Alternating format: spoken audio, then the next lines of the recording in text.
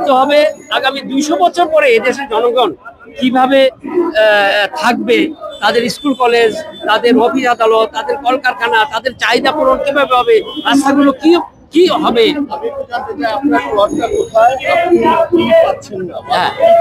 হ্যাঁ, আমি পাচ্ছি না বলতে এক্ষুনি আমার মানে প্রয়োজন নাই, তবে আমি যেটা জানি আমাদের আশেপাশে যেটা হচ্ছে, যেসব এরিয়াগুলোতে ঘনবসতিপূর্ণ ওগুলাতে মানুষের জমি হলো 1.5 কাঠা 2 কাঠা 3 কাঠা, তো এগুলোতে ফার দেওয়া হয় খুবই কম, ফার বলতে উচ্চতা কম দেওয়া হয়। আর যেগুলো বড় বড় ডেভেলপার ইয়েরা যাদেরকে বলা হয় বড় বড় কোম্পানিগুলো যেসব জমি যেমন বসুন্ধরা কিংবা নাবানার ইয়েগুলো প্লট, ইয়েগুলো সরকারি প্লটগুলা, তারপরে গুলশান রোশান, এগুলাতে 20 তলা 30 তলা দেওয়া হচ্ছে। আসলে তো আমাদের দেশে প্রতিটা এলাকায় 20 তলার নিচে কোনো বিল্ডিং হওয়া উচিত না এখন।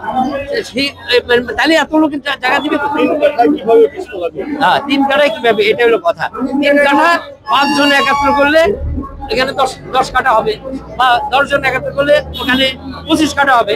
ওখানে ওইভাবে করে একাত্র করে হাই রাইজ দিতে হবে এবং পর্যাপ্ত পরিমাণ মানে মানে ওদেরই তখন ওরাই নিজেরা বন্টন করে নেবে কার কতটুকু জমি অনুপাতে কার কতটুকু থাকা উচিত, ফ্ল্যাট পাওয়া উচিত। ওইভাবে ওইটা একটা হিসাব করে নেওয়া যায়। ইচ্ছাটা হলো এখানে বড় কথা, আমাদের তো সব ইচ্ছা কারো নাই, সরকারি বলেন আর আমরা ব্যক্তিগত বলেন সবাই। হ্যাঁ অবশ্যই করা যাবে।